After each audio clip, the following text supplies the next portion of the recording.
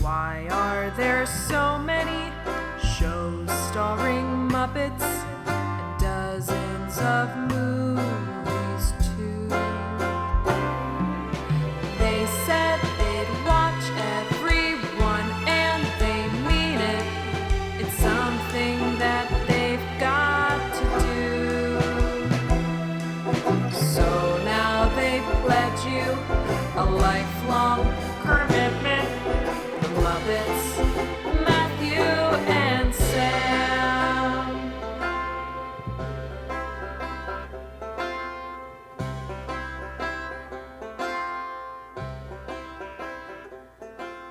Welcome to Commitment, the podcast where two friends have vowed to watch all things Muppets.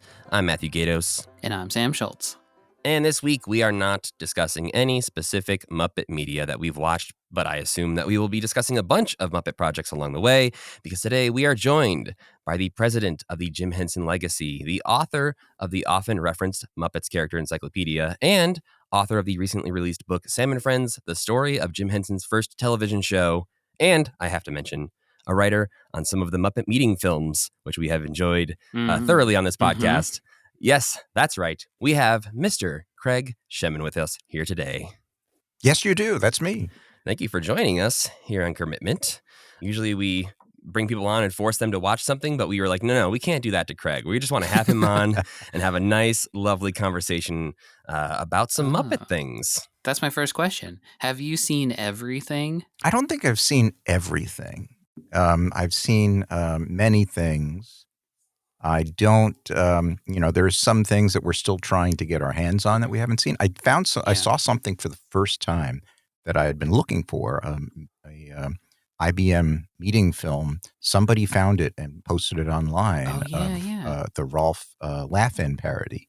And that's something that we've been looking in our vaults for, and we found like little bits and pieces of cuts out of the edit, but we haven't been able to find the whole thing, and it's really quite funny. I don't know if you've seen it yet. We are saving that one.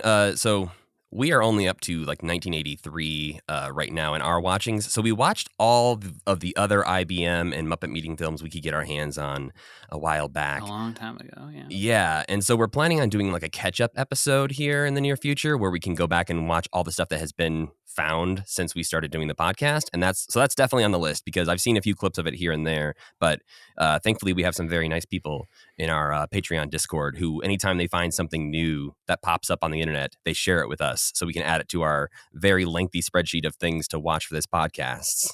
Yeah, I'm excited for that, though, because that early Rolf stuff is like my favorite stuff. Yeah, and there's some really, really fun things that, we found, besides that. But and what's really amazing, I wish, we don't have the legal rights to share it, but when we found some of those early IBM things, we had them transferred in high definition, and they look beautiful. Sometimes we do screenings at Museum of the Moving Image of some of these discoveries, and it's really, really amazing. You got to start a satellite Museum of the Moving Image in Missoula so that we can see this stuff. Yeah, specifically Missoula, Montana, so me and Sam specifically can see these things. Yeah.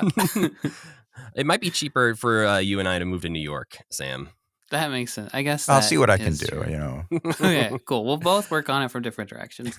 Maybe we could just meet in the middle. Yeah, we'll just meet. Speaking of meeting in the middle, weirdly, about the middle there would be Chicago, which I wanted to bring up a little bit because all three of us attended college in Chicago, or in the Chicago area. Craig went to Northwestern, Sam went to the Art Institute of Chicago, and I went to Columbia College Chicago. So I just wanted to, I was curious, just as like from a selfish point of view, what did you feel like? I guess what was your Chicago experience like? What was your life in Chicago like? Well, I loved it. I mean, my life in Chicago was really spent in Evanston, so it's not quite Chicago, but it's Chicago adjacent, as they say. Yeah, it's up there.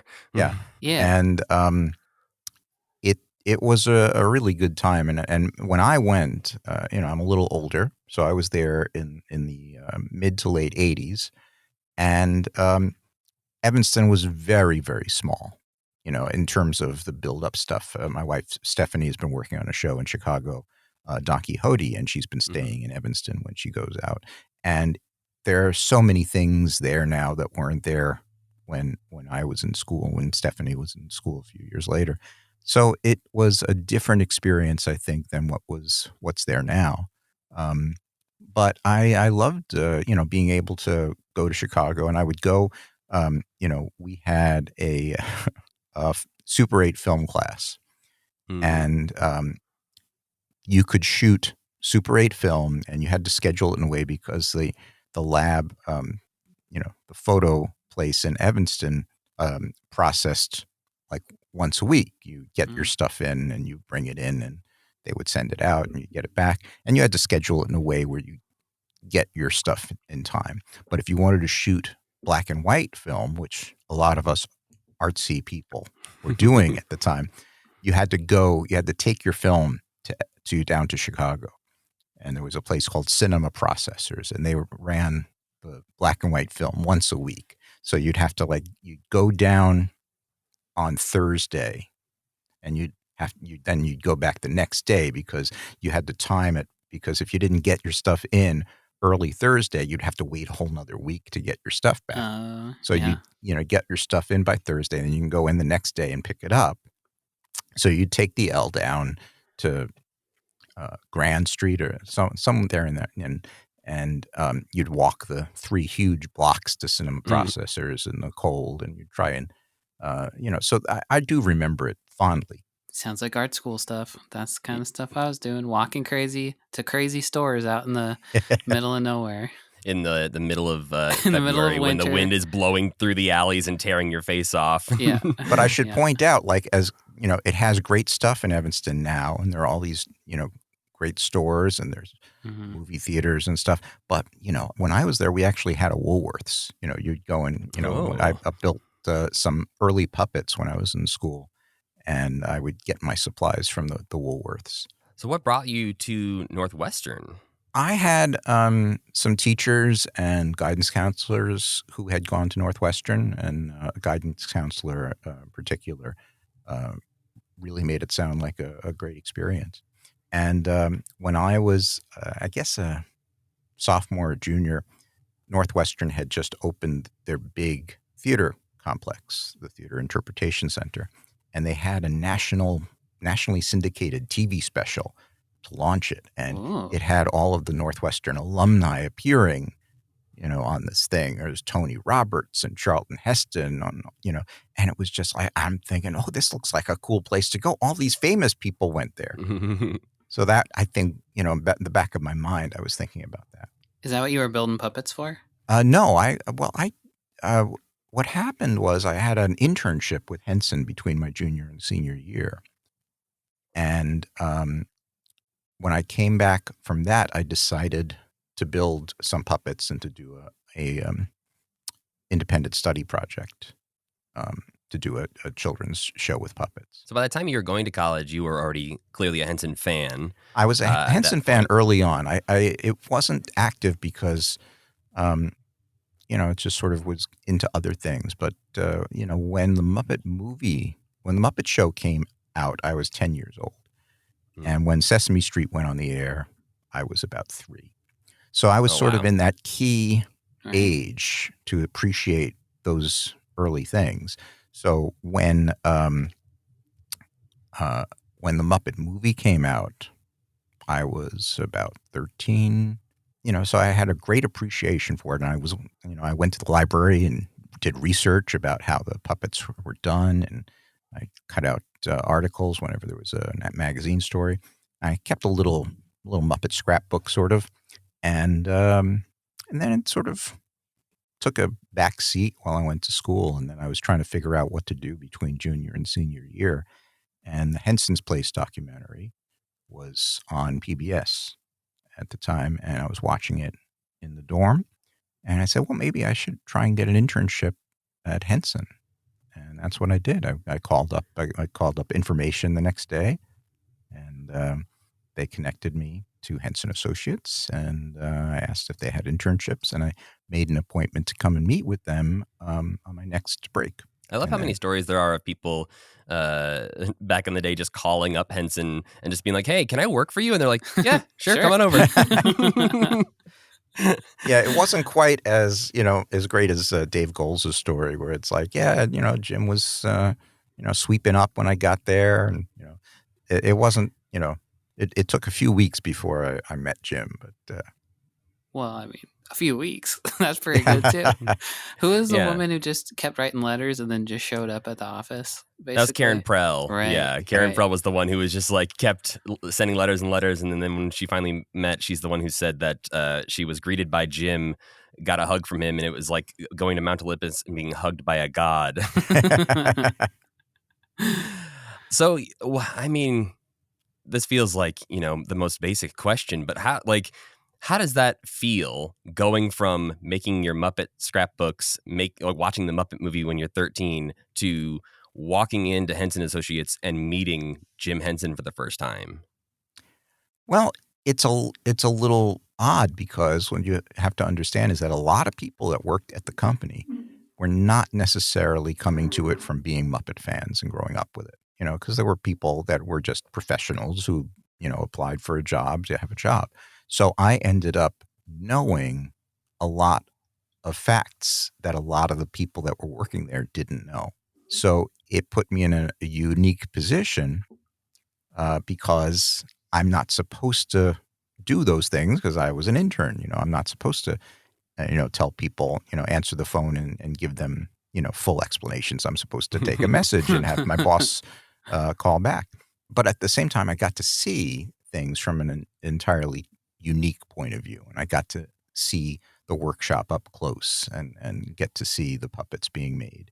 And when Jane Henson found out that I did come from this point of being a big fan and knowing a lot, she gave me a lot of great advice. And, at first it was, one of my jobs was when I was an intern was updating the company chronology, which was this, it was basically culled from Jim's Red Book journal. Mm-hmm. And they wanted it to be a little more clear and have more researched about, get the dates accurate. So I was doing some work on that when Jane found out.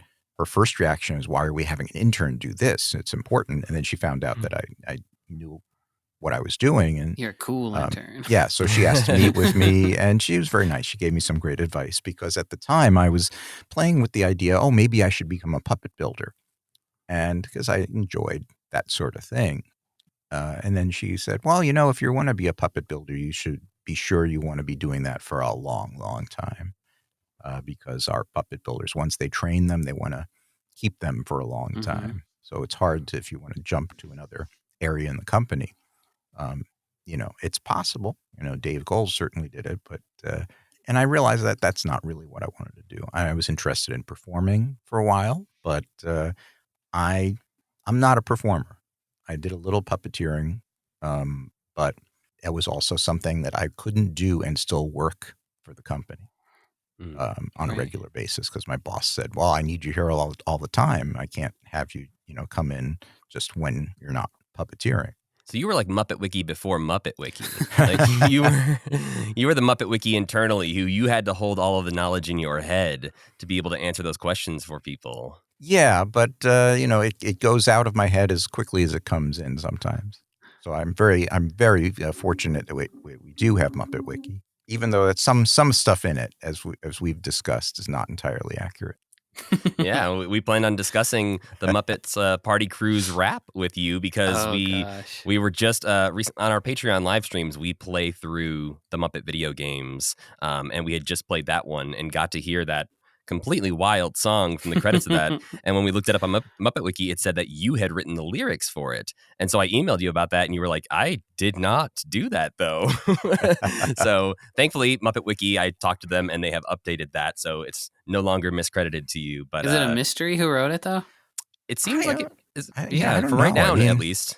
I would assume that it was Jim Lewis, but maybe not. I mean, I will take credit for writing the, we did these songs for the Muppet CD-ROM, Muppets Inside, and I wrote those, and I'll take credit for those. But oh yeah, I've been trying to get that one to work on my computer, but you see, you need Windows 95. That's the problem.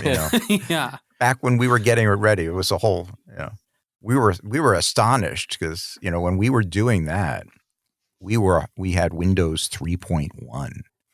And Ooh. we were like, wow, is it a good idea to have something that'll only work on Windows 95? Nobody has it.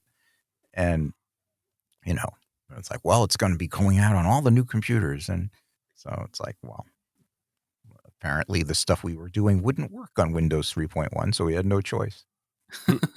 But I think there are some playthroughs of that on YouTube, because that's Yeah. how I see it now, because I have a few copies of it in my closet still, and nothing I just can want to do with it. experience it firsthand. Yeah. I want to be the Swedish Chef playing Doom. I've seen all the little video clips It would and be stuff. great if Disney had, you know, reissued some of that. And I don't know if they can do the whole game, but it would be, some of those mini games would be great as Yeah. apps. So when you graduated from school, did you go straight back to working for Henson? I did, yeah. I Okay. graduated, I think, on June 18th, and I started on June 27th, I think, at Henson. Whoa. But who's counting? 1988, yeah. It was interesting because I, you know, it was not a department that I necessarily wanted to work in. It was the department I worked in as an intern, public relations. And my boss, Susan Barrett now, Susan had let go some of the assistants. So it just seemed to be that whenever I was coming up on a break from school, she was letting an assistant go, and I'd get a job for a few weeks while I was on break. So, you know, I came and worked there, I think, on Christmas break and on spring break, because she kept on firing assistants. And Interesting. so when I was graduating, they invited me to come join that department, but also have some supervision over the archives. There wasn't a full-time archivist yet. So that was the offer that was made to me. And, you know, I looked at it as an opportunity to work at the Muppets. And, you know, they were paying actual money. And so many people that I was going to school with, you know, were trying to find a job. And I'm like, oh, this is great. I got it made. So most of my day was spent, you know, answering phones and faxes. And then every once in a while, I'd go down to the archives and sort through things or try and make sure people were not throwing stuff away. Yeah, I have to imagine these days the archives are probably, I mean, thanks to your efforts, probably in a much better shape than they were back then. What Well, was it's it mostly like? due to Karen Falk's efforts. She was the one who was hired as full-time archivist, and she really turned it into a real department and brought in the database software. And it was under her supervision that it also merged the tape library. The media library became part of the archives. And so her very small staff, she has an associate in New York and I think 2 media archivists in Los Angeles. They look after everything, and they've done an amazing job of trying to scan things and capture things. You know, I work with her on the historic material, because the Jim Henson Company really is concentrating on the stuff that they own. You know, that's what, you know, they're going to put their money into remastering Fraggle Rock or doing a new restoration of you know, Dark Crystal or Labyrinth.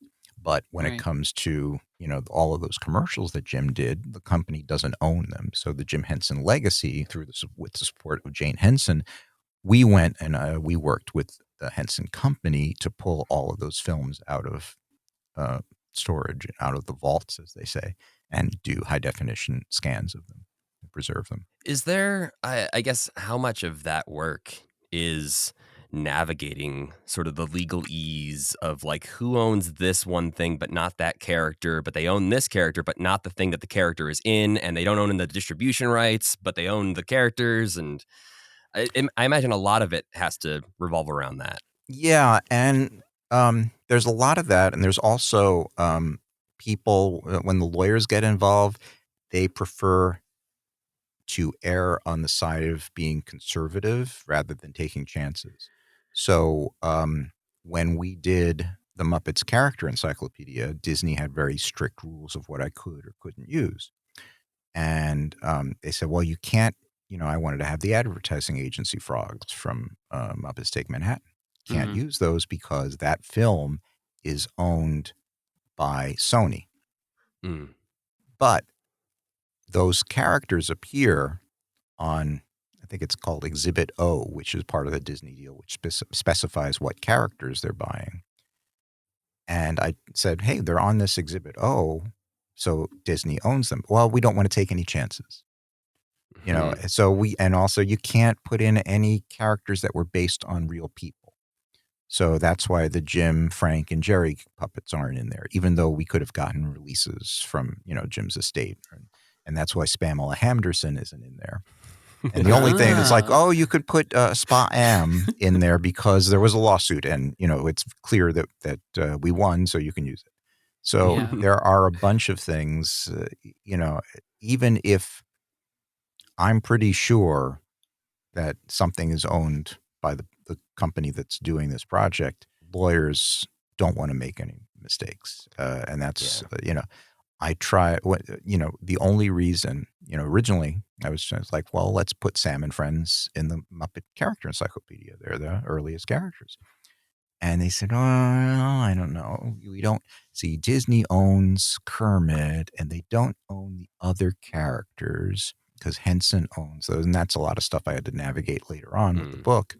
And the compromise that we found is that they appeared in Muppet 30th Anniversary Special, which was clearly owned by Disney. So they said, well, if you use the pictures of Sam and Friends from that show, so that, I sent the Disney people who were working on this, and it's like, go to the photo library, find pictures of the Sam and Friends characters. So we were able to do a spread with those characters rather than individual character pages. So it's frustrating, but you try and find workarounds. So you're saying Disney couldn't pop Harry the Hipster into a modern Muppet movie if they wanted to? Anything done with Sam and Friends has to be done with the mutual consent of both the Henson Company and the Disney Company. And that's why I had to get permission from both entities to do the book.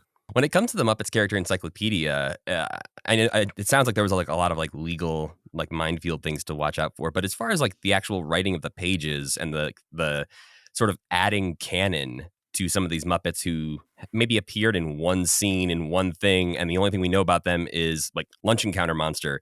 That monster ate a lunch encounter, and so now that's its name forever. So I guess how much freedom did you have to invent backstories? A lot.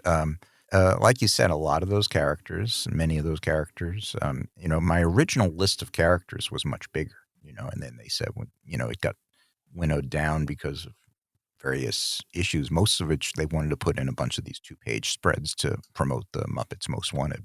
But when it came to individual character pages, I had a lot of freedom, and my editorial consultant on it, a person who was working on behalf of Disney, was Jim Lewis. So we had worked on, he was the one who recommended me to do the book, and we worked on stuff a lot together. So basically, we're always trying to make each other laugh and always trying to put in things that, we will appreciate.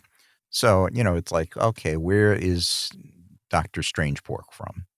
Well, he's definitely German, and I said, well, I think I put in something like Hamburg, and he changed it to Hammelburg because that's where Stalag 13 was on Hogan's Heroes. And he thought that if anybody out there is a Hogan's Heroes fan, they'll appreciate that. So it's always about, it's trying to be a true to the character, true to what it does, what little does exist, but trying to also put in Easter eggs for the fans. And one of the things that they wouldn't let us do, they wanted to keep it strictly in world. There couldn't be any references to the puppeteers. We couldn't say, Dave Goelz performs Gonzo. We couldn't say, we couldn't mention it. So there are a few Easter eggs in it where we mention various puppet builders and technicians by weaving them into the facts.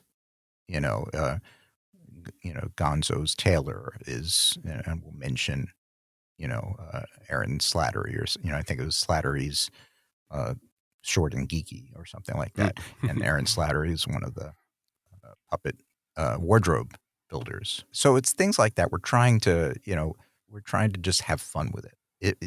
Above all, It was supposed to be a book that was funny. And originally, when DK wanted to do the book and Disney, the original approach, they wanted to do it for kids because that's what DK publishes, kids' books. And Jim and I appealed to the powers that be and said, let's just do it like the Muppets do, write it at the Muppet Show level. It's suitable for kids, but it's really targeted at an adult fan because frankly, that's who knows the characters at this point and who's going to buy a book like that. And they let us. That is too bad that they wanted to cut out references to the performers. It was a decision. It was a choice that they made. And I think it was more about fitting in with the other sort of encyclopedias in the line. Right. Because they did a lot of these other character encyclopedias. Yeah. And I don't think they really talk about the behind the scenes. The Star Wars one wouldn't be like, right. This dude's inside C-3PO. Yeah. What we were talking about is at some point they were saying, well, if we ever do it, if this does well, maybe we'll do the Muppets visual history with DK, and that would be the chance to bring in all the behind the scenes stuff. But that never happened. Although I think the book did pretty well. No one ever told me. It was I work for hire, so I don't find out.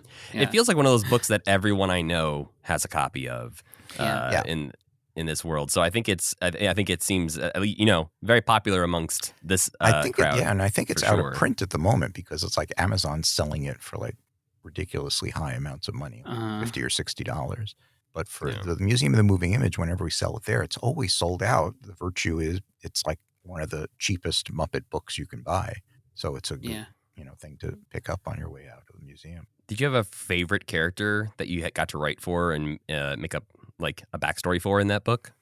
Well, I think a lot of them, but I think Angus McGonagall, the gargling gargoyle, is always a goodie because it's one of my favorite episodes with Mark Hamill.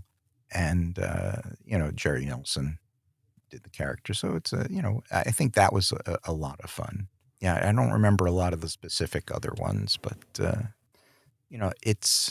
that's what makes the job fun because, anybody can look up facts and but you're trying to enrich, a character's backstory. And that it's the joy of sending stuff to Jim Lewis and having him, write back that he actually laughed out loud. That's the thing when you're, the key of impressing a comedy writer is getting them to laugh out loud because otherwise we're always going, that's funny.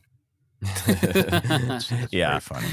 When was the first time you got to write for the characters themselves? Well, in terms of print or performance? Let's say both and leave with print because I think that's I think that's a whole other world that people don't necessarily think about as much is writing for them in print where people can't hear their voices. They don't have Frank Oz performing it. It's just how do you get the essence of Miss Piggy out through text?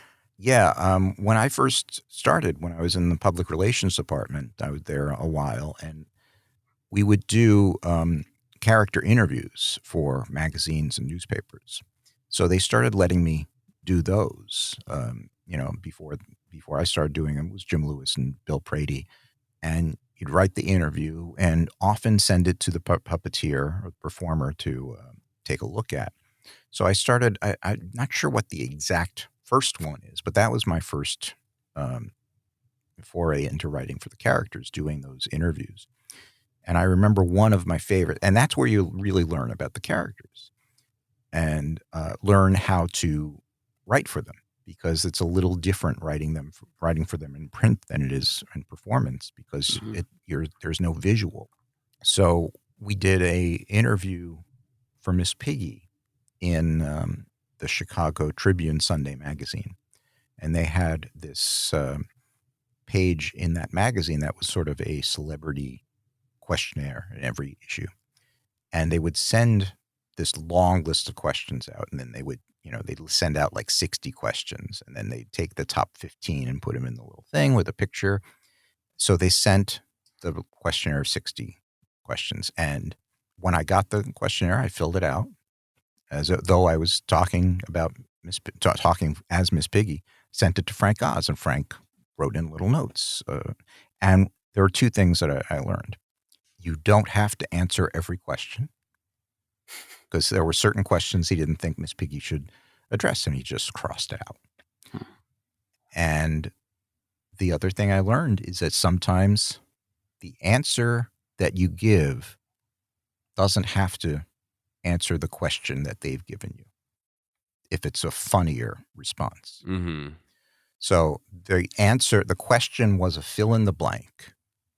When nobody's looking, I blank. So the intent of the question is, what do you do secretly?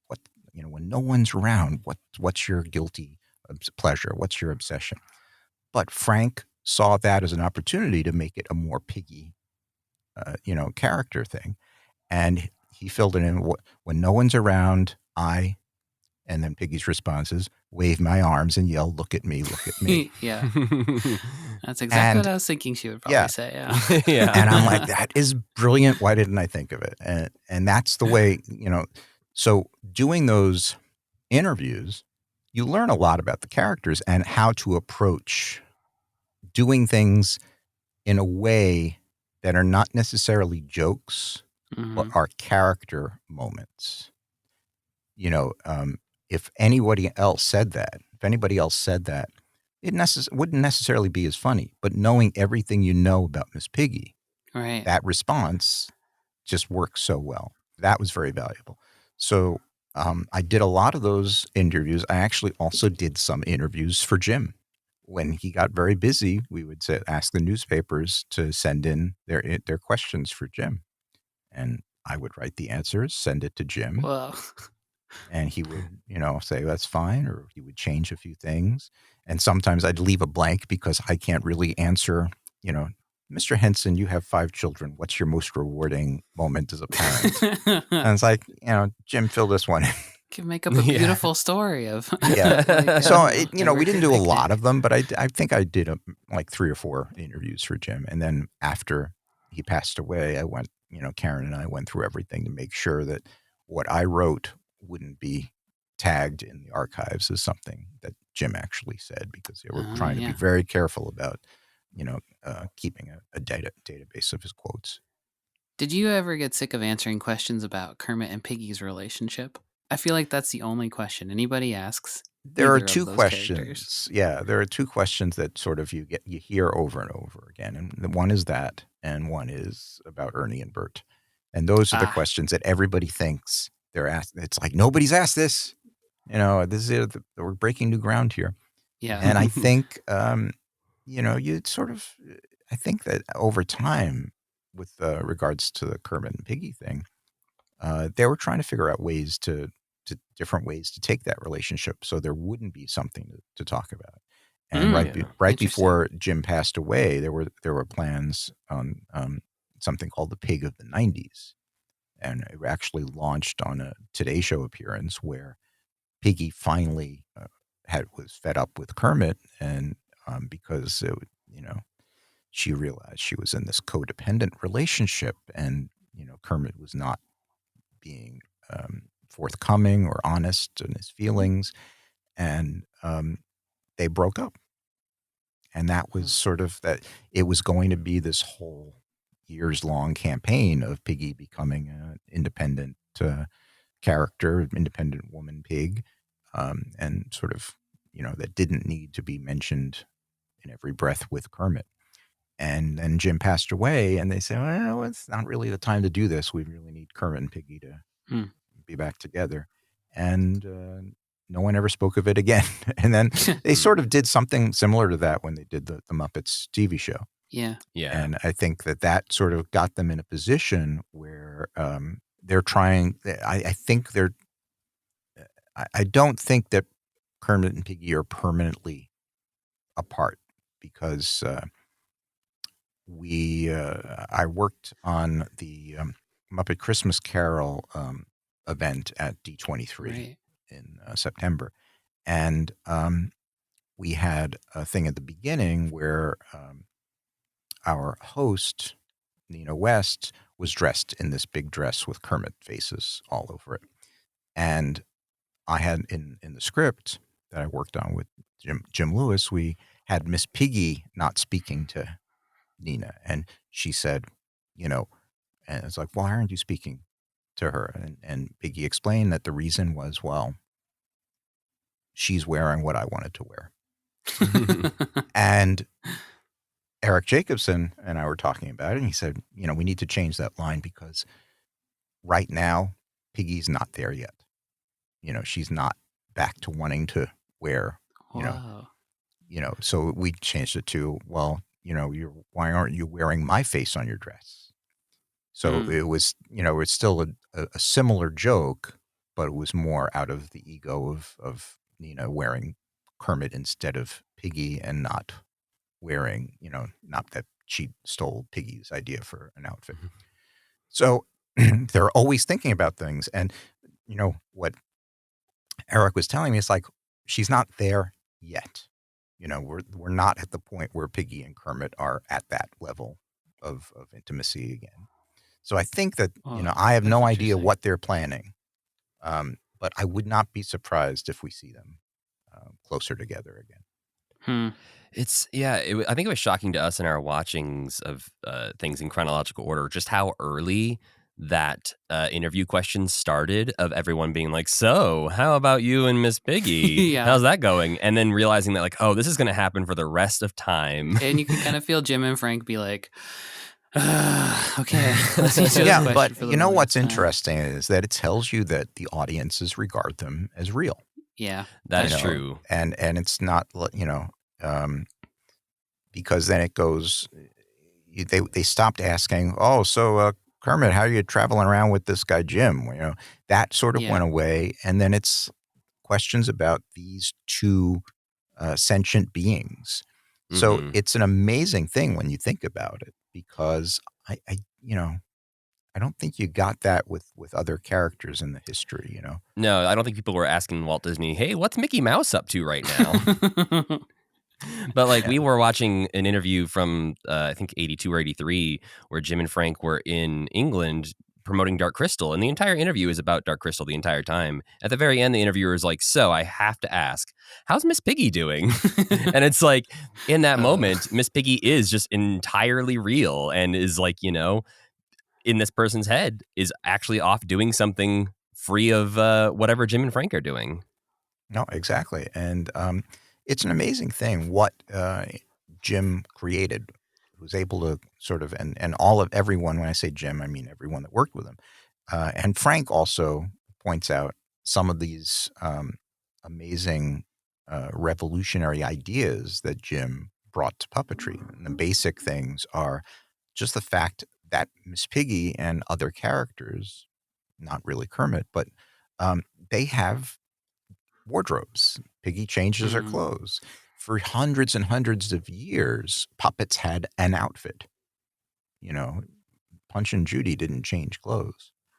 And then Miss Piggy had a huge closet. I remember when we would do these Today Show appearances, and I was working on those, and we would try and figure out what she's going to wear, and I'd call up the workshop people. I'd call up Barbara Davis, who was one of Miss Piggy's clothing designers. And I'd say, well, we're doing this, we're doing Today's Show. We're promoting a cookbook. What is Miss Piggy? What do you think she should wear? And the response would always be, oh, she has nothing to wear. And I'm like, Barbara, I've seen her closet. It's literally 3 stories, 3 levels of puppet costumes on across a whole wall. She's got tons of stuff. Well, they always want to make a new outfit for Piggy. So it was always a challenge. But just the idea of a puppet character like that having the ability to change clothes is one of the things that makes the puppet real. What was Jim Henson like as a boss? He definitely was going to get things his way, but he had a gentle way of getting there. And I think it was Jerry Jewell or Jerry Nelson. One of the Jerrys described him as having a whim of steel. And it was, he definitely wanted to hear what everyone had to say. And I remember, one of the times I went to get a signature on something in the office, and I told him I had just seen, I think Dog City had just been on. I said, "Oh, I just saw Dog City. It's amazing." And he's like, "Did you really like it?" He wanted to talk about it, and because he loved doing that. And I think that he loved putting together the stuff more than running a company. I think Huh. that's one of the reasons why he wanted to sell to Disney. He didn't want to. He would rather spend his time in the studio making stuff. Yeah, I get that impression a lot because this is stupid, but me and Matt are both producers, and I think a lot about like how in our jobs we get pressured a lot to like delegate down to people and not like, because I am on a show where we have puppets too, and I'm like, I would rather just be in the basement building these puppets, but I can't do that. Then I think about Jim, and it's like, oh, he found a way to like keep that being his primary thing. It seems like. Well, Uh, it did and it didn't, because that's one of the reasons that I loved doing. Here's a segue. I loved doing the book, the Salmon Friends book, mhm. because it was a time when there was no one else that he could really delegate to except Jane and Bob Payne occasionally. So you were seeing his handiwork on the screen. And as Yeah, time went by and he had people in the workshop and you got less and less of that direct artistry. Everything, he still was controlling it and he still was supervising everything, but it wasn't like it was on Salmon Friends, and he was painting the backdrops and recording the music and yeah. everything. How long had you been working on the Sam and Friends book before it came out? I think it was about 4 years, roughly. I think it was 2018 when I first approached the Henson Company and Karen and Lisa Henson and Karen Falk about doing the book. And then research started in earnest in September of 2019. Right. And then um, in October, I had to stop things because I had a quadruple bypass operation. Hmm. And then working on the book is what really got me, you know, enthusiastic about working again, because I felt, I was looking at the calendar and it's like, I'm getting this operation at about the same age that Jim was when he passed away. Hmm. And this was like, I'm being given another chance here to get people to know about Jim's work. And I regarded it as a project that would be inspirational as well as informational, because it's a story about a guy who really didn't have a lot of materials, no money.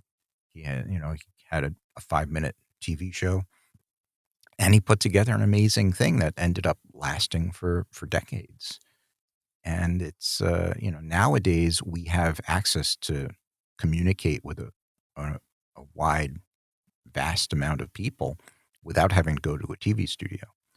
So I thought that maybe if some of today's young artists were to read this book, that would inspire them to create new things. When I finished reading it, I had texted Matt that I wish that I lived in a time when I could just go to like the public access. And I know you can get on YouTube, but it would be so fun to go down to like the TV station and be like, you got 5 minutes, I can do some puppets. And they'd be Yeah. like, sure, we're begging people to fill up 5 minutes. We would love that. But Yeah, and it was such a an innocent time. Um, and when back in 2019 when we started doing this, I took a trip down to DC, and I talked to Bob Payne. We and Karen Falk and Heather Henson and Karen's associate Susie Tofty. We went to WRC. We got a tour mhm, of the studio, and there's something, it's like, okay, this is where it was. This is, Jim walked down this hallway from these cubicles to the studio, mhm, and they did the show. And nothing had changed really, except, the cameras were much more modern and high right. definition. But the place really, you look at the pictures and it's still the same lighting grid and it's still the same tiles on the wall. Um, but it's really, I found it to be an amazing story. Yeah. Another thing I really like is like old horror hosts, Like I love the age of TV when every market had like its own personalities who'd like go to like openings of like new businesses or whatever, like car dealerships, and like shake your hand. I just wish that was. I don't know. I wish there was more of that that's kind one of of the stuff reasons still. I love watching. I watch Svengoolie every week. Yeah. That's sort of Being like a the suburban last. Totally. Illinois. Yeah, Yeah. Berwyn. Yeah. And you think about when Jim was doing Salmon Friends, Willard Scott was Bozo the Clown on Mhm. that channel. And they had a cowboy host, and they had that it would have been so cool. We need more people dressing up like Dracula going Yeah. on local television. One of the things I loved in your book is that you really did get to highlight Bob Payne and Jane Henson and Jerry Jewell's contributions in a way that I think gets glossed over in a lot of other things. Because obviously, when people like Brian J. Jones wrote an amazing biography of Jim Henson, that is like, obviously the focus is Jim. You got to focus on sort of the broader picture of Sam and Friends and the early days of Jim Henson's work. And so getting to include stories about Jane Henson and Jerry Jewell and Bob Payne, who, one, we didn't get to hear from a lot because they didn't do as many interviews as Jim, or in Jane Henson's case, is somebody who didn't always want to take the credit that she deserved. So did you see that as part of like the mission of writing the book, was to really highlight the other sort of heroes behind the scenes? Absolutely, especially when it comes to Jane, because Jane, as you said, she deflected any sort of credit or attention. She always said, "Well, I was helping Jim." And it's like, for you to think I had anything to do other than that, that's just silly. And then you do the research, and it's like, oh yeah, well, Jane did this and Jane did that. She built puppets. She finally admitted to me that she built some of the puppets. Yeah. And that's not a helper. When you have someone that takes over the show because you want to go to Europe for a few months, that's not a helper. And especially when Jim indicated itself when they incorporated the company, Jane had 40%, Jim had 60%. That's not a helper. So if Jane were alive, I think she would be happy that there is a book about Sam and Friends. I think that she would be a little annoyed that she gets so much mention in it. Brian J. Jones has said that when Jane read the draft of his book, her reaction, well, there's too much about me in it. She's part of the story. And what's great about the Sam and Friends type of a book like that, you can really get into detail because you're only covering 7 years. Brian has been very supportive. He gave me all of his Sam and Friends research when I started doing this. Brian Jones. And he told me that, he read an early draft of the manuscript and he's like, this is great. You got the whole load of loot sweepstakes in there. The whole SK load of loot. My editor made me take it out because he had so much more in his book. But his editor's like, what does this have to do with Jim Henson?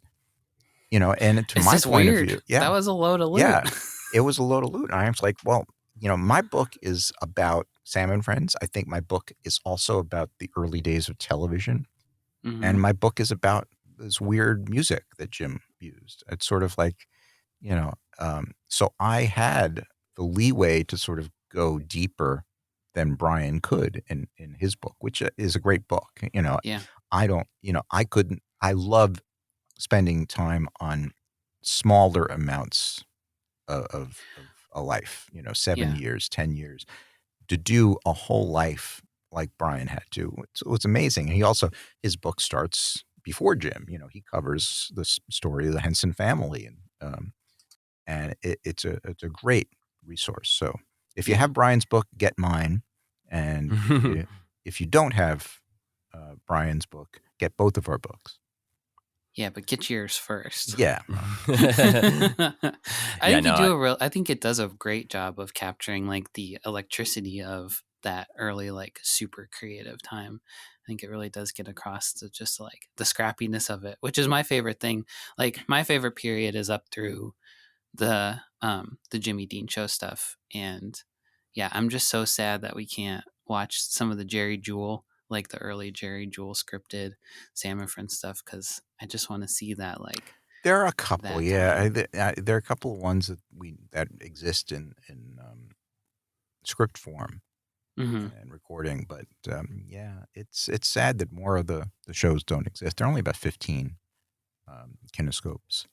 Yeah. Yeah, I think we've watched all the ones that we, are available out there on the internet, and I've watched them multiple times because they are so good. And Yeah. reading through your book and realizing just the scope of that 7 years and how many things they accomplished and how many things they had to put out on a regular basis, and it is just one of those things that is hard to comprehend of like how much they really did until I think you see it in your book, and especially like the latter half of your book where it like listing out all the songs and like the episode rundowns is really just like you're looking at the dates and the things that were done so close together, and you're just like, this is wild how much in like 1 week would happen in how the did life Kermit of go to these. space? How did they prepare for Kermit to be like on a satellite or whatever in like 2 Well, days? What the heck? That's the thing that's amazing is that, I had no idea of all of that either before, I had thought about doing something about Sam and Friends for years, but there was never enough material. And no one knew exactly what the show was on a regular basis. Yeah, we had those films, but you didn't know what it was day in and day out. Mm-hmm. And it was those, the reel-to-reel tapes that Jim did that were found, I think, around 2014 or something. I don't know. But those were found, and so that's what, between those and the scripts, we were able to say, oh, well, they did multi-part episodes, and they did, they did a week of this, and they did a tribute to this, and they went on hiatus for the summertime. A lot of these facts didn't come out until I started listening to these, and I kept Excel calendars where I would mark in what each episode was, because Jim got a little lax, and when he first started making the recordings, he would actually voice slate them, where he'd say March 3rd, and I was like, oh, that's great. Okay, March 3rd. And then he sort of stopped doing it, and he stopped recording every show, and he'd only record the new ones and not the ones that they would repeat. So, I'm trying to keep a calendar with all this information on it. And you can see, oh, well, gee, they had to do this on this day. They did this show, and then they had to go to today's show the next day. And, that it became real life and not just, a 5-minute kinescope that you see, It was more, Sam and Friends became more than Old Black Magic and Huntley Brinkley. Those, people know those, that, the Muppet fans know those. But I think we were starting to see what the show was for real. Yeah, like learning the fact that they did, political humor because they were down the hall from the Kennedy-Nixon debate. Yeah, is like so cool. Like that is not when you see 12 examples of a thing that there's over 400 or however many hundreds of these things there are, you realize just how small of a picture we get of what this show actually was. And I think that's like, with anything Muppets, it's like, yeah, if you went and watched one episode of The Muppet Show and didn't see the other dozens and dozens of Muppet Show episodes, you don't have a full picture of what that show actually is. Exactly. And so your book has been really helpful, I know, for us in thinking about this podcast, of thinking about Sam and Friends in an entirely different way. And so I guess for you, like obviously you went through hours and hours of audio and all the documentation that surrounded it. What was the most surprising thing you learned about Sam and Friends while writing the book? There were a bunch of surprising things, but one of the things was that Jane always said that she never did voices on the show. And then I found 2 recordings with her voice on it, and I confirmed it was Cheryl Henson. And she's like, yeah, that's Mom. So it was it was a very small amount of material, and so small that even Jane forgot that she did it. But I think that was surprising to me. And I think there were many surprises. The whole thing about having these continuing stories, kind of like a comic strip. Yeah. Because it sort of cemented the link between Muppets and Pogo, because it sort of like, you could see a story being told several days of a week. Right. And sometimes we didn't have the full week recorded, but you get the idea that, okay, it's a tribute to Hammer. It's Hammer Part 2. It's, and you got the idea that Jim was kind of looking at this. He started looking at it a little bit like a comic strip, sort of telling a story a whole week. Because the show starts maturing, where it starts very much with only lip sync recordings, and then they start doing sketches when the characters talk, and was able to start blocking out a real timeline, a cause and effect timeline, where Jim starts lip syncing to Jim and Jane are starting to lip sync to recordings. Then they have the TV station brings in this guy Paul Arnold to do voices and commercials. Yeah. And then Jim gets the gig to do Wilkins Coffee, and he uses his own voice. And then he starts bringing his own voice into Sam and Friends. Then Paul Arnold goes away. So what was sort of little stories before, now it becomes like a continuous tale of what happened. So there are a lot of little surprises like that. Yeah, I think the most surprising thing to me was the whole Paul Arnold thing, because it's like, who the heck is this guy? Yeah. We had some folk singer on the show for a couple of years, maybe. Is that what it was? Yeah. Yeah. And Jane used to just sort of dismiss, oh yeah, he was a singer. It didn't work really well, and she didn't really talk about, how Jim felt towards this. I think it just, to her, it was just something that happened and went away. And to me, it's like, oh my God, what happened? Did Jim just like totally want to get rid of this guy? Or, what was his feeling? And another surprising thing to me was that Sam didn't talk, because I remember when me and Matt watched Sam and Friends in like episode 1, we were like, oh, we're never going to know what Sam's voice sounded like. But and you never will. The answer was he just didn't really have one. Yeah. And when he did talk, it was always, you would talk through the records or through, when he ran for president. That pre-recorded speech for president. Yeah, very funny. Yeah. And I'm hoping, if Henson will allow it, I'm looking at putting out another book, collecting the scripts, so people can actually read more of the stuff. Yeah. Just recreate the whole series. That'd be great. So, as I mentioned at the top of the episode, you are the president of the Jim Henson Legacy. Some people might hear those words and say, that sounds amazing. What is that, though? I'll tell you about that. But, I just realized that I didn't answer the second part of your question about the first thing I wrote for the Muppets. I also forgot, the second one, the non-print version, and this is sort of the fun one, was I wrote a Kermit speech to be delivered at the Disney shareholder meeting. Oh. So the first, what year was this? This was 1989, the first Disney deal that eventually went away when Jim passed away. So the first thing that I wrote that was performed by the Muppets was performed by Jim. And that was, it was a thing where it was going to be talking about, it's like Kermit talking about how happy he is to be with Disney. And Michael Eisner had this dialogue with Kermit. So I remember when we shot it in the studio in New York. They had me come in to read the Michael Eisner stuff, so Jim would have something to bounce off of. So I think somewhere I still have that tape where you can hear very young me saying, "Hi Kermit, welcome to." I mean, I don't know that the evidence is in the Muppets at Walt Disney World. I don't think that you would be a much worse actor than Michael Eisner. Michael Eisner was, yeah, that's true. Yes. He can run a studio, but he can't necessarily be an actor on camera. Yeah. He wanted to be so bad, though. That guy was everywhere when I was a kid, I remember. Oh, yeah. But that was the, I think that they felt it was important to have someone hosting the show, like Walt had hosted the show. Right. So that was the answer to that question. But now to get back to the Jim Henson Legacy, you asked me about. Yeah. So I guess, like, one, like, sort of how did you start your work with the Jim Henson Legacy? And also, what is the ongoing work of the Jim Henson Legacy? Well, the Jim Henson Legacy was founded by Jane Henson.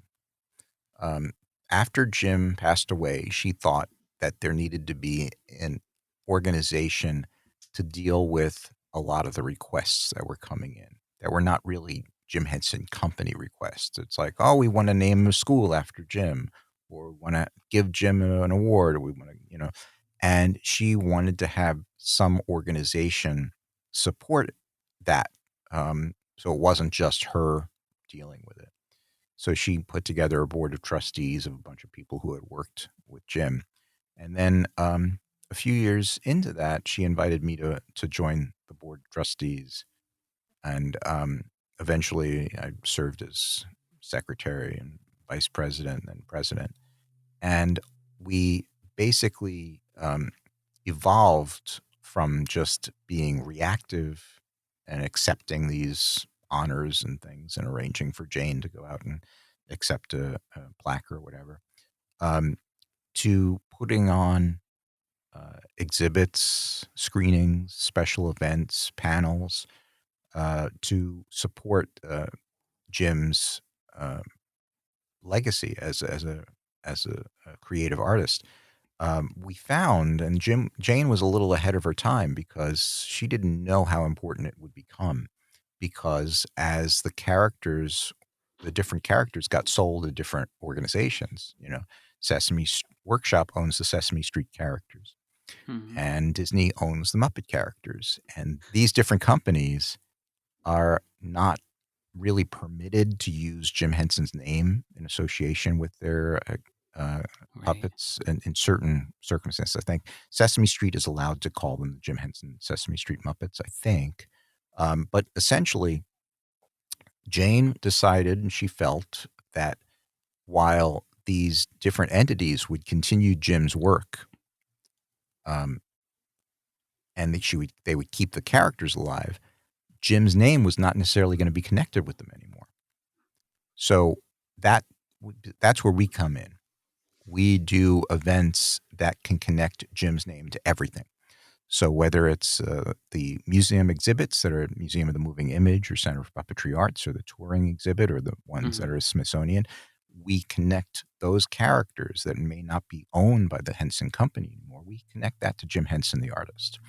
And because we are a nonprofit, several years ago, we did a big event in New Zealand, the Jim Henson Retrospectacle with the Square Eyes Foundation in New Zealand. And Nick Marshall, she put all of this together. But because we are a nonprofit and Square Eyes was a nonprofit, we were able to go to the Henson Company, to Sesame Workshop, to Disney and say, we want to do this and include everything. And we're going to put on a show. We are going to do a live music concert with the New Zealand Symphony Orchestra. Brett McKenzie's going to host it. We want characters from all the character groups to be in this show. And because we are a nonprofit, they said yes. So we were able to have Big Bird, and we were able to have Oscar and Ernie and Bert and the Count in the same show as Kermit and Miss Piggy and Fozzie and Red Fraggle and an orchestral suite from the Dark Crystal, all in one show.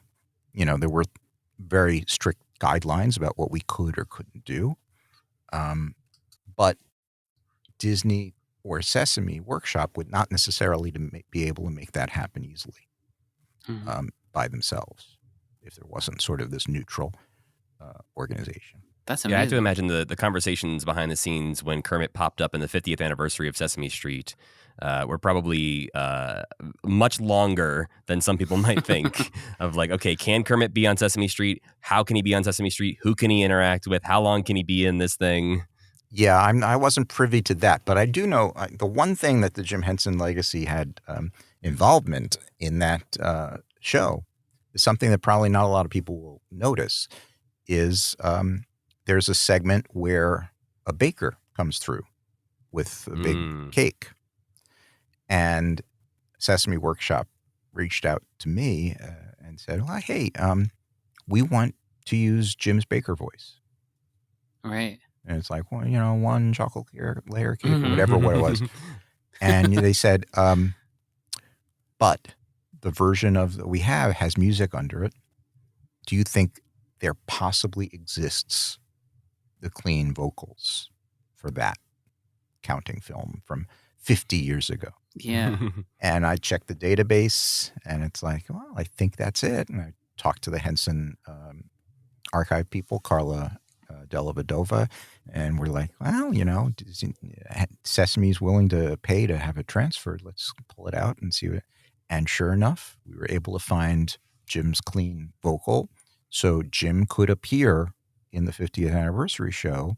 And they had they had an extra dressed up as a baker from behind, so you don't see who it is, but you hear Jim's voice. And of course, along the way, it's like we reached out to Cheryl to make sure the family was okay with that. Must feel so good to make stuff like that happen. Like those are both completely amazing things. Yeah, it's fun. This is what we call a labor of love. I don't get a salary for working on the Jim Henson Legacy. I do it because I love to do it. I love to tell the story, and I love to communicate with fans at all the events that we do. But it's I don't want Jim's work to be forgotten. And I think that all of us and podcasts like yours and Tough Pigs, that's really the general theme of all of this is that here's a guy who did great stuff, and let's not forget who he is. Along with that, the puppets themselves, I know the Jim Henson Legacy, I believe, has a hand in keeping them in museums and helping out with the exhibits at different museums across the country. The work that goes into, I guess, keeping those puppets restored and available, is there any work with the Jim Henson Company or Disney's or like puppet builders to keep those things alive? And is there sort of like an agreement of, hey, we're going to feature these Bert and Ernie puppets in this museum? Sesame, are you cool with that? They're going to be next to the Swedish Chef. Disney, are you cool with that? Well, there's a little of that, but that sort of stuff I don't deal with necessarily on a regular basis. But the whole thing of the puppets became the Jim Henson Legacy's purview because of part of the deal when the Hensons sold to EMTV, the German company that owned the company. Right. And at that point, the deal included a stipulation that puppets that were not currently in performable condition remained property of the Jim Henson family. Now, if you know anything about puppets being in performable condition, you'll know that it doesn't take a lot for the puppets to get a little older and unusable. So it was thousands of puppets. I think it was more than 2,000 puppets. Wow. Or pieces of puppets that became the Henson family collection. And Henson family turned to the Jim Henson Legacy to sort of organize that. And Bonnie Erickson, who used to be our executive director, she led that process. And what that ended up with, it was trying to find new permanent homes for those puppets to be displayed. And that's where Center for Puppetry Arts was given several hundred puppets. Museum of the Moving Image was given several hundred. And Smithsonian was given not as many, but very nice ones. And in terms of the conservation of the puppets, yes, the Henson Company was involved, but it was the entities that now own these puppets are really responsible parties. I think Henson Company was involved in getting a lot of the puppets ready for display at Museum of the Moving Image because they're only a few blocks away. But Smithsonian has their own restoration people and conservation people. Same for Center for Puppetry Arts has their own shop. But what was interesting is that they had to sort of change the use of materials too, because a lot of the materials on those puppets were selected because they're flexible and not necessarily durable. Right. So they were able to, you replace some of the materials with materials that won't degrade as quickly because they don't have to be performed. And Right. there was a big discussion on whether that was okay to do, because the museum policies, they're supposed to restore it to exactly the way it was, but they don't want, why restore it if it's just going to break down again? So I think they started using some different materials on some of those. But, fortunately, if a puppet, the puppets that are covered with fabric last a long time. They just, you got to replace insides. I know that they were still using on the new Fraggle Rock show, they were still using some old Fraggles Oh, from the yeah. original show, because the fabric just stands up really well. It's the bare foam puppets that have some issues. And that's one Yeah. of the reasons why nowadays some puppets that used to be bare foam, like Dr. Teeth, are not bare foam anymore. Yeah, well, you can see that even on the Muppet Show. You see Sam the Eagle's head start to green into he's like pretty season messed up 2. all the time. Yeah. You can see that like natural exposed foam head start to slowly deteriorate, and all of a sudden, hey, there's a fleece-headed Sam. Yep. But yeah, some of the stories surrounding some of the individual puppets has always been wild to learn, of like the fact that there's only supposedly one of the Mildred Huckstetter puppets, and it's still like the one that pops up in Muppets Most Wanted is the same original Valentine show Mildred. I'm like, well, I guess nobody ever thought like, yeah, we should rebuild her. We got this one that works, I guess. So let's use it. Things get saved, and that's the thing. It's I remember when one of the things I wrote was a Good Morning America sketch in the 90s, and we were going to do an Olympics theme thing with Gonzo doing demolition speed skating as an event. And I said, well, let's get Louis Kazagger. And they're like, oh my God. So this is 1990 something. And, they're bringing Louis Kazagger out of storage, and they were able to like get him together enough to use in one more bit. But I think every time Jerry took his hand out, it was covered with, they call it toast, the little remnants of foam that come off. I'd be scared to put my hand in there in the first place. They got spiders in there or something. Oh, they take good care of that. Okay. They try to. Louis just can't enunciate like he used to. It's going to be a little bit of fragile Louis. Yes. And then, same thing. I'm always trying to sort of check things. I'm always like, I'm really curious. It's like we did, I wrote a Muppet cooking show called Muppet's Kitchen with Kat Cora. And one of the things that we did in each show, we did like a little a little comedy bit within the show where, and we did one where it was Fozzie taking, there was a bunch of vegetables in a lineup, and it's like, well, we need to get Bear on patrol. So I send, so Danielle Obinger at Puppet Heap goes, and she goes finding and see if we still have the Bear on Patrol uniform, which we did, but we didn't have the badge for the cap, so there's no cap badge. But I was all, I'm the Muppet fan, so I'm like, I want to see Bear on Patrol. Yeah, I feel like you have every Muppet fan's dream job here. Where, well, like, sometimes we just Google these things, and we're like, I hope there's a cool picture of this thing, and you get to go, well, I'm going to go to the warehouse and see if. Well, it exists I don't in get real to life. go to the warehouse. I get to ask other people. And when we did Muppet's Kitchen, I'm like, oh, I want. We're doing a pig thing, or Piggy's making a quick appearance. Can we have Link and Julia Strangepork? And the call comes in. It's like, no, they're toast, and there was there's no money in the budget to have them rebuilt for that. But they're like, oh, but you can have Randy and Andy. I'm like, oh, that'll have to do. Oh. A little bit of a downgrade, but some things when we did the Muppet Christmas Carol event, when we're writing the script, Jim and I said, well, we're going to have 4 puppeteers, and that's it, and we're going to have we'll have one right hand, and then we find out, oh, they're bringing more right hands. They're going to have several more puppeteers available.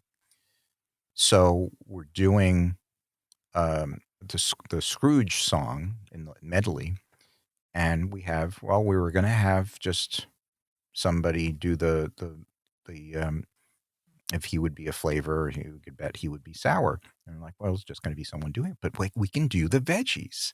Let's have the veggies, and we can. So I email Matt Vogel and it's like, can you you're laying down the pre-record track now. Can we have a couple of guys do the veggies? And we had puppets, and so I reach out to Puppet Heap, and it's like all the veggies happen to be in Los Angeles on this other project we were doing. It's like, can they be sent over? Yeah, we're sending the veggies over. Yeah, we're getting the veggies. And they ended up being the same vegetables from 40 years ago Wow. from wow. from the movie. Oh, And Wow. it's the little things, the fans. We do that. The vegetables pop up to sing. Even they sing their line, and Wes says even the vegetables don't like it. Big, loud roars for the vegetables more than the other characters. It's like the little things. I just have to know. This is like a question that's been has bothered me for a long time. Have you seen photos or evidence or whatever of behind the scenes photos of the giant animal puppet from the Muppet movie? Because that's one of those things where there's photos from the movie, but I've never seen a behind the scenes photo of that supposedly gigantic animal puppet. Well, I haven't seen a lot in terms of it being built or anything, but there's an article, I think, in American Cinematographer magazine where there are a couple of close-up shots from the back, so you can see that it actually exists. Oh.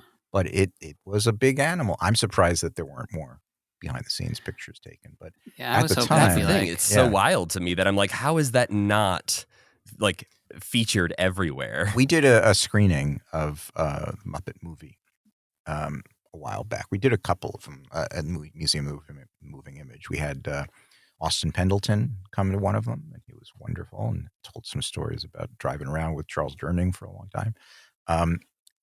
And Ed Christie, who was one of the puppet builders for many years. That was one of his earliest things, if not his first thing. And he brought some pictures. He had some really cool pictures behind the scenes. But then he said, it's like, well, they're not a lot because, people telling him, you're not allowed to do this. No pictures, So sometimes the only pictures we end up with, if it's not an official shoot, are ones that are taken by people who were breaking the rules. So, it's that's sad. And Muppet movie, because it was very early, and because people weren't carrying around cameras on their phones that easy, you had to really go out of your way to take pictures. right. More obvious too. yeah. Couldn't be sneaky. And There's no camera phones of just like, Yeah. I'm just I would texting. be surprised. I'm surprised. I haven't seen, there are publicity photos from Muppet movie that are stuff that got cut out of, we've seen the camel with Statler and Right. Waldorf. Right. Yeah. And we've seen, I have a still somewhere of Charles Durning covered with feathers. Because I think that there was a bit where his Cadillac went through a pillow factory or something. But I'm surprised that there wasn't more care taken to take behind the scenes pictures. There are some for the big shoot. There's some great shots of the big pit with everybody with getting ready to do the finale. Oh, But yeah. big animal, I haven't seen that much of. It's the two pictures that like escape my grasp of research is like giant animal behind the scenes photos. And then ever since I read in Jim's Red Book, Jim write the sentence, get glasses for the first time. I was like, I have never seen a picture of Jim Henson wearing glasses ever. I've can't seen find Jim one on the Henson internet. personally wearing glasses. Yeah, you have the firsthand knowledge. Yeah, when I went There's to proof. see him, when I told we're talking about Dog City, he was in his office working with the glasses, and he took them down. It's just so wild to me that there's so many pictures of this man out there in the world and not a one that I can find of him actually wearing the glasses. So you've written many, many things across the world of Henson and the Muppets, and we obviously don't have time to list all of them today. But one of the things that you've worked on that I think we have seen, if not all, most of, is the Muppet Meeting films.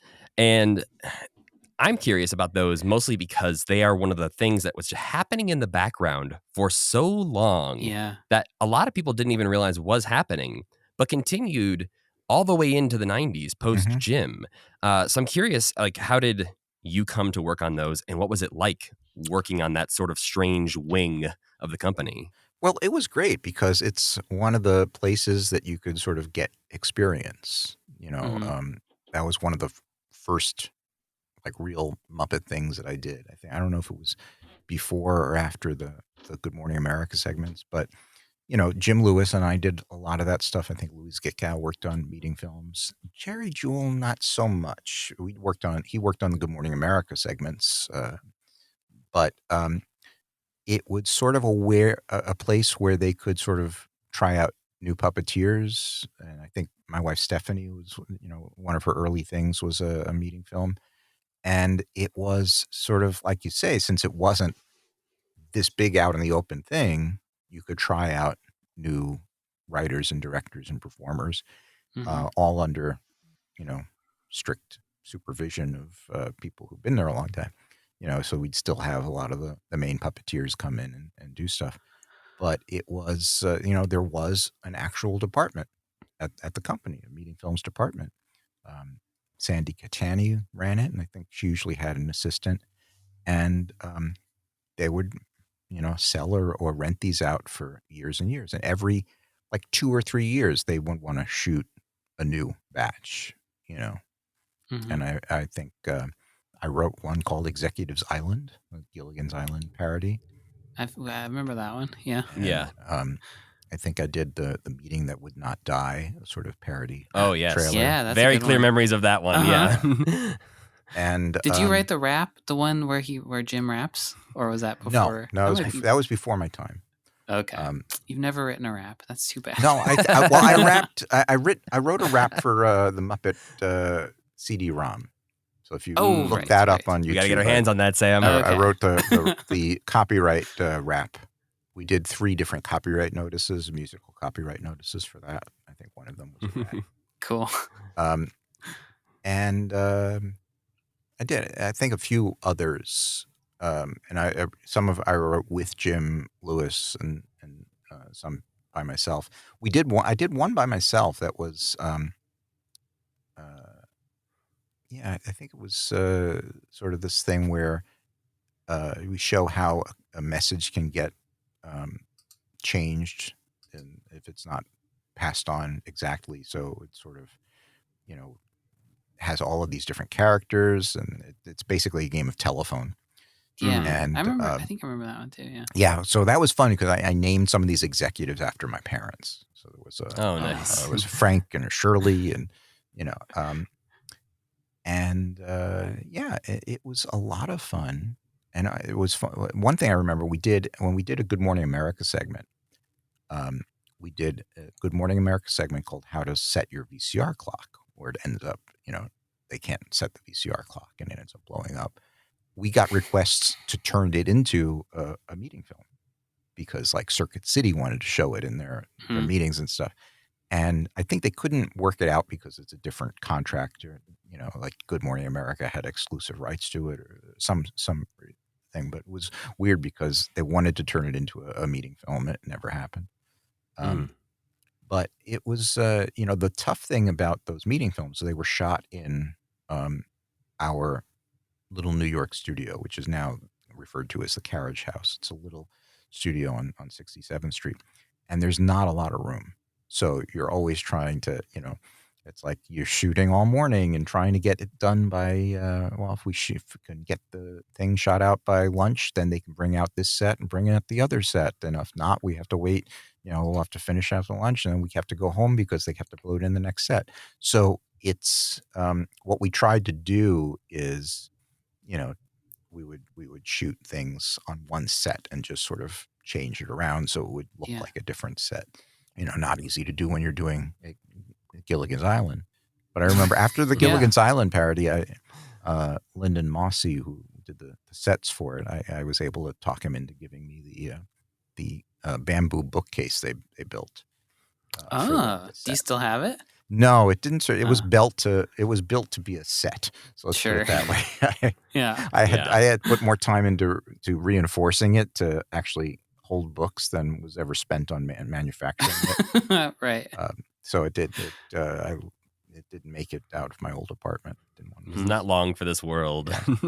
There was a time when I would try and get souvenirs from every shoot that I would work on back when it was all fresh. And then it's where am I going to put all this stuff?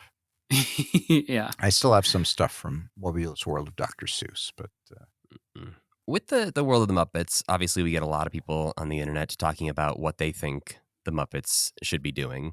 Do you have thoughts for what you feel like the Muppets could do to sort of inject new life into the Muppets? Because I think we almost had it in 2011, where the movie came out and a lot more people were talking about Muppets and interested in Muppets than I had felt like were previously interested. And then it feels like that sort of just like slowly started to fade away again. And I think there's always excitement when Kermit or Piggy pops up on a show that you wouldn't expect to see them on. But it seems like there's like really high peaks and then really big valleys. And that sustained Muppet excitement hasn't really been around for a while. So what do you think would inject some of that life into the Muppets? It's hard for me to say. I mean, I think the best thing would be great to see a regular show. Mm-hmm. It would be great to see a show where the Muppets get to perform, and it's not a show where there were great people that worked on the last TV show, but the problem is that every time, and this is just my opinion, it's like every time there was a musical number, they would cut away from it to have a little dialogue scene between characters. People Yeah. want to see the Muppets do a musical number. I mean, look at Bohemian Rhapsody. I mean, how many millions of people yeah. watch that? And Yeah, I missed the YouTube stuff. Like it was so like it took over the internet for a Yeah. while there in like 2015, and then it just sort of went away. so I would love, and I think there are probably people within Muppets talking about this. Is not a new idea, but it would be great to do, another Muppet Show-like show where there's guest stars, there's comedy, there's music. That's not all new music. It's stuff that just would make really good Muppet bits. Mm-hmm. I'd love to see that. I'd love to see the Muppet movies getting back to the broad genre parodies of the first three. Yeah. There was years ago, I had pitched something called Muppets Save the World, which was essentially, it's a Muppet superhero movie. And I would think that now that there's Disney, you have Marvel, that there could be something done. Marvel could do a live action What If episode. Or What if the Muppets were the Marvel characters? That's What a if the great Muppets idea. were the Marvel heroes? Yeah. Imagine Kermit Wow. as the Hulk, See, this is all I want is the problem. And now that's Yeah. all I'm going to be thinking about is next season of What If comes out. I'm going to be like, yeah, but there's no Muppets in it. Yeah. In my original pitch, it was, the Muppets were riding the Electric Mayhem van. They had just come back from going to the movies, and they ride through some sort of radiation storm, and they get superpowers. And Gonzo's superpower is that he can transform himself into another shape, but he can only transform himself into what he had just seen, which was a Matt Damon movie. So he would spend half of the movie transforming into Matt Damon. He would be Matt Damon through half the movie. I love that. That's Yeah, great. it's very good. So Muppet people, if you're listening, I can still come in and do that. But I And think Matt that Damon, the if you're Muppets, listening one of the things, I love Muppet Christmas Carol. I love Muppet Mhm. Treasure Island. But one of the problems when the Muppets are playing other characters, the audience starts forgetting who our actual characters are.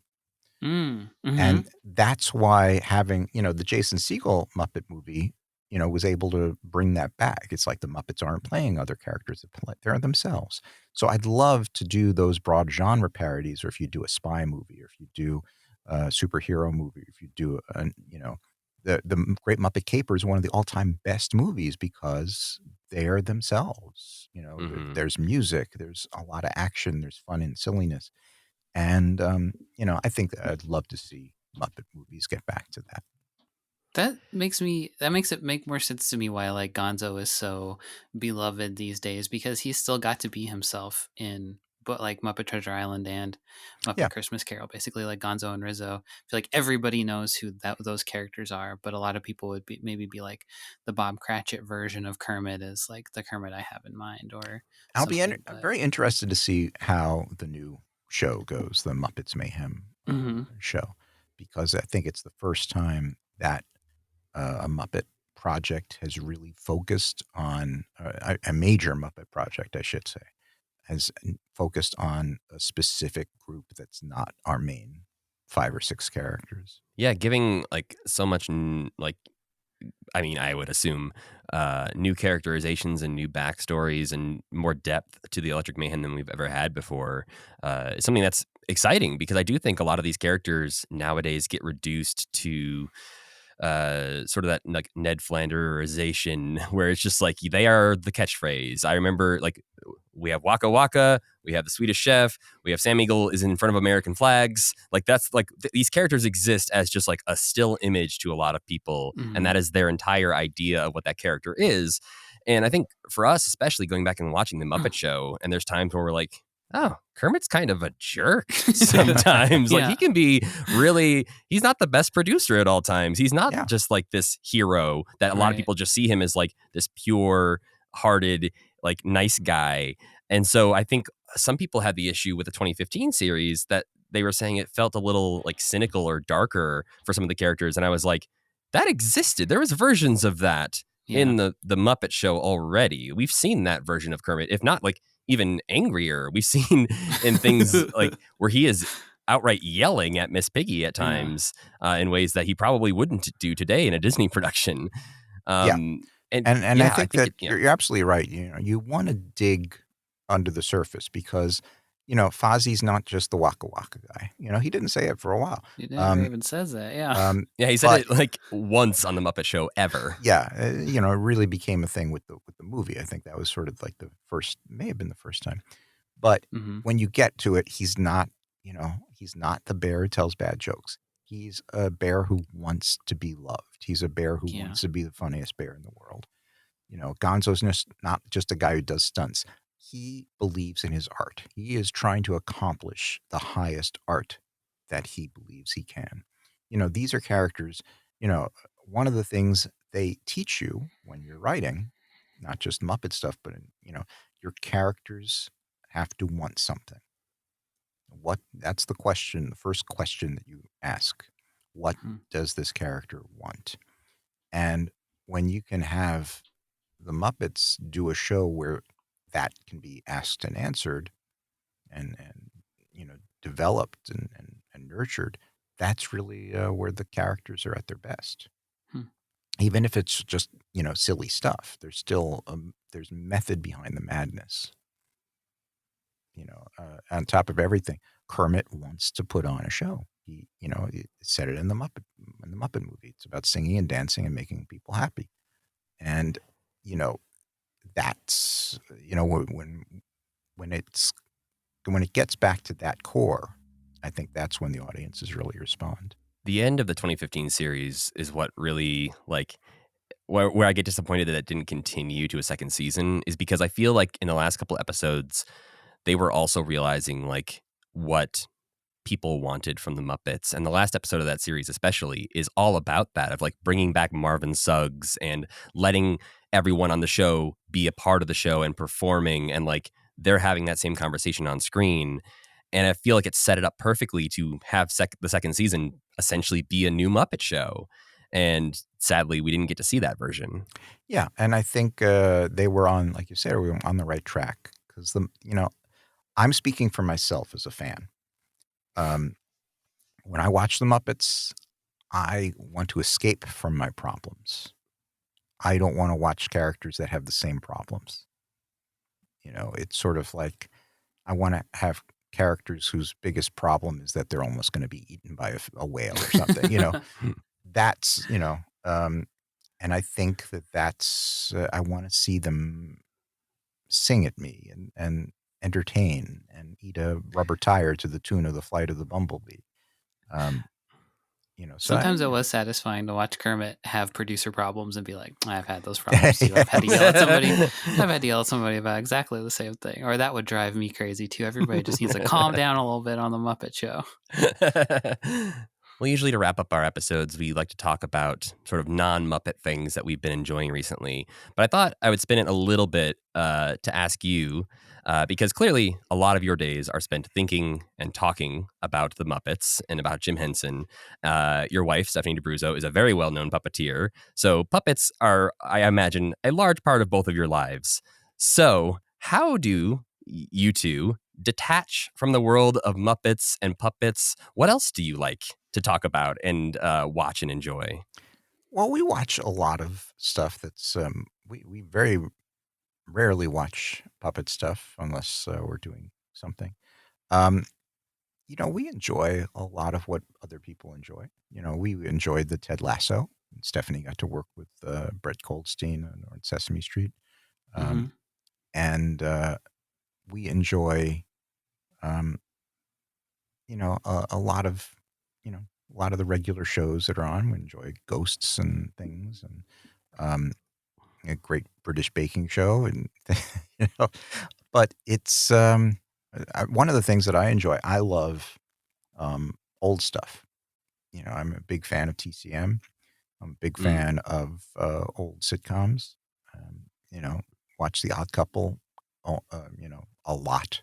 If you haven't watched The Odd Couple, watch it. When I went in for my quadruple bypass, when I was recuperating, I didn't feel like watching anything new because I was, always on the verge of falling asleep. I would get tired very quickly. So I didn't want to fall asleep and miss anything. So I would always watch, it's like, oh, let's watch Columbo. I know how this one ends, and every night I would end the night by watching, Antenna TV had Barney Miller on for an hour at 9 o'clock. So I'd end my night with an hour of Barney Miller, and by that time I'd sound asleep. And if I didn't watch the end of Barney Miller, it's okay. I've seen it.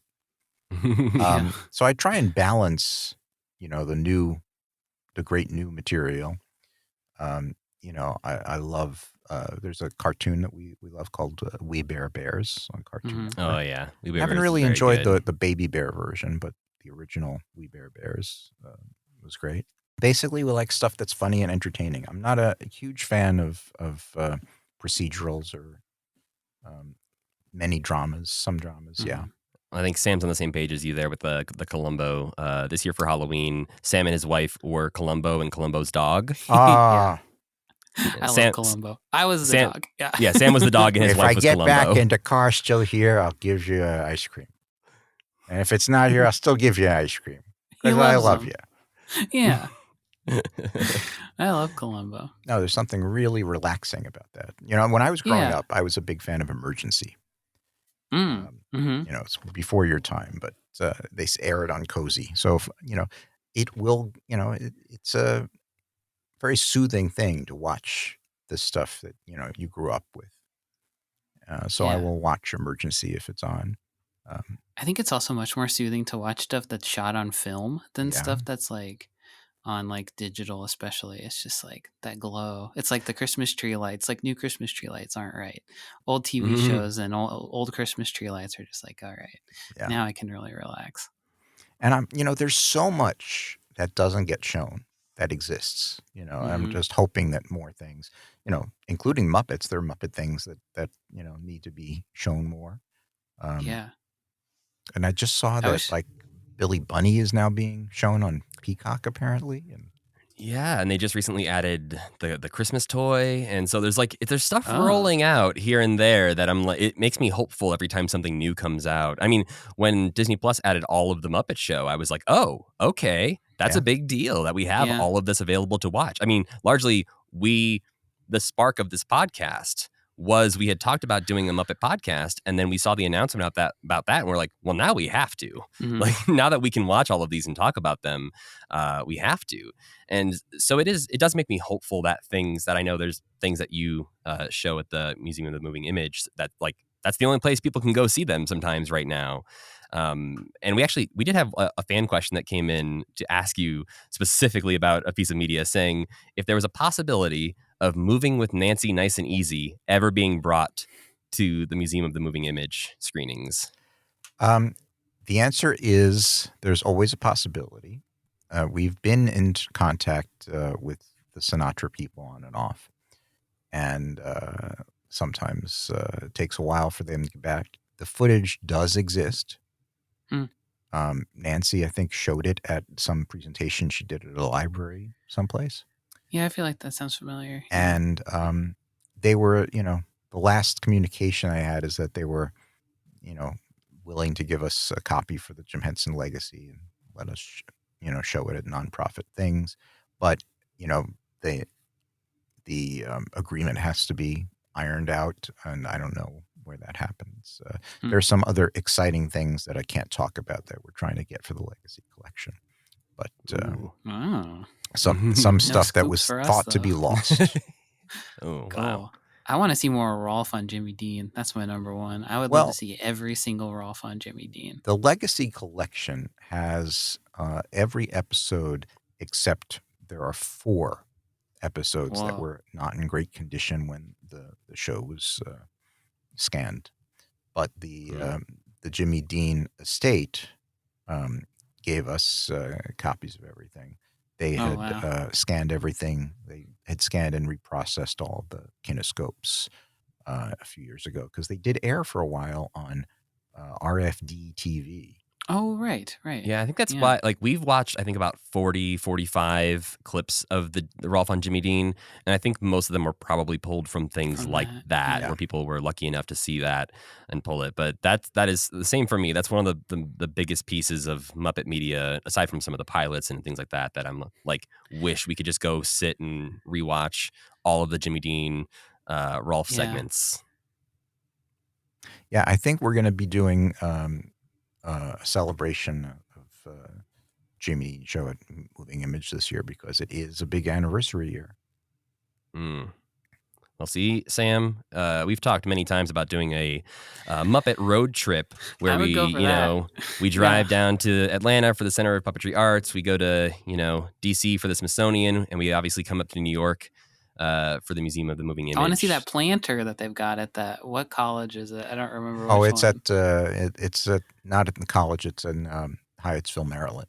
Right. The Driscoll Park. Got to see that big planter. Well, we got to go to Mississippi too. Yeah. Well, the home of Kermit. Keep your eyes open because I think Hyattsville had, we met with them. Karen Falk and I met with them a few months ago in December. Yeah, we met with them about. They were talking about wanting to do some sort of Henson festival in Hyattsville, cool, in front of the planter. So maybe that'll happen. But in order to do that, what you need to do is you guys need to buy an old school bus and paint it up like the Electric Mayhem bus. You hear that, Patreon supporters? That's our new goal, is to help us buy a school bus so we can pick up the other people along the way to join us on our Merry Muppet road trip here. Yeah, there's a guy who wants to eat us who's following behind us. Sounds like a good plan. So before we get out of here, obviously we want to thank Craig for giving us his time and sharing so many great Muppet-related stories with us. But Craig, where would what would you like to plug? What would you like people to go out there and read? Obviously, you have a lot of work out there in the world that people can go consume. I don't know if I really want to plug anything. All right, well then we'll wrap it up here. We'll just move on. I will talk about the Sam and Friends book just one more time. Sam and Friends. Oh, right, the Sam and Friends book. The story of Jim Henson's first television show, which is available through bearmanormedia.com directly. And there's a website, samandfriendsbook.com, and I'll have all of the information. And what's going to be happening within a week or two at samandfriendsbook.com, there will be an offer where if you have gotten the book and you'd like an autographed book plate, as well as a bookmark and a sticker and other fun stuff, you can send in proof that you've gotten the book, either a picture of you reading said book or a copy of the receipt, and I will mail you an autographed book plate and stuff. So cool. We'll put that up on the website soon, if it's not up by now, and you can enjoy that. But I appreciate everyone supporting the book. It was really a labor of love, and I thank the Henson Company and Disney Company for allowing me to do it. It's a great book, and I think it really fills in a lot of context and like recontextualizes a lot of how you might think about Jim Henson. And also, I think it does what you set out for it to do, to be really inspiring. Because I closed it and I was like, I want to start a TV show now. Thanks. That's the intention. Yeah, people should definitely go check out the book. And it's been on my list of to-dos. And obviously, it's a big undertaking, but I've wanted to make like a Spotify playlist of every song and everything referenced in that book, like as far as the music goes, and just like have that for myself to listen to from time to time. I think But someone did that's a lot of YouTube. songs. Someone I thought did a YouTube playlist. Maybe they did a Spotify too. But Ooh, I mean, if somebody took put care of that for something me, together, yeah. even better. Yeah. If I don't have to do the work, perfect. Well, thank you again, Craig, for coming on. Is there anything of your like older Henson writing work that you're maybe like most proud of, or just enjoyed working on the most, that you would also let people to know that they should go check out? Yeah, I think if you look at look for the Muppet CD-ROM, Muppets Inside clips on YouTube, those are a lot of fun. And it was fun because no one understood the whole idea of a CD-ROM, so no one really gave me notes on what I was doing. Yeah. And I would get that's notes great. from my boss, Michael Frith. He would give me notes, and it's like, well, you have an ending on page 6, and then it goes on for another 130 pages. I'm not quite sure I understand. And I like, okay, so it was a lot of fun to do. And then Bubby's World of Dr. Seuss, the first season I worked on, and I think that's streaming at various Mhm. places. If anyone wants to get on the Jim Henson Legacy mailing list, you can send an email to list@jimhensonlegacy.org. And what we do, when we send out our newsletter, we have compiled a list of all the Henson content on the various streamers. We call it Selectric Mayhem. And it's a way of sort of keeping track of all of everything that's out there. And we try to update it as regularly as possible. That goes out whenever we send out an email. And we don't bother people. We only send out emails when we actually have some news. I feel like the people who sign up for that list would not mind being Yeah. bothered. Yeah. I think we're always chomping at the bit for more Muppet material out there to get our hands on. Well, yes. Thank you again, Craig, for spending some time with us this morning. Before we go, we also need to thank our friend Tuna for making the music for this podcast, and Cassie Wilson for singing our theme song. Don't forget to go to commitment.com to pick up a Commitment logo enamel pin, and check out our Patreon page as well, where, new goal, getting a school bus. Yeah. You can also email us at mail@commitment.com if you have any questions or, links to those secret unseen Muppet things that are, bubbling out of the swamp every now and then. And you can follow this podcast on Twitter, Instagram, and Tumblr @CommitmentPod. And that's where we'll post about the things that we're going to watch for upcoming episodes, so you can watch along with us. And you can follow me on the internet @Matthew Gatos. And I'm Sam Schultz. And as always, keep believing. Keep pretending.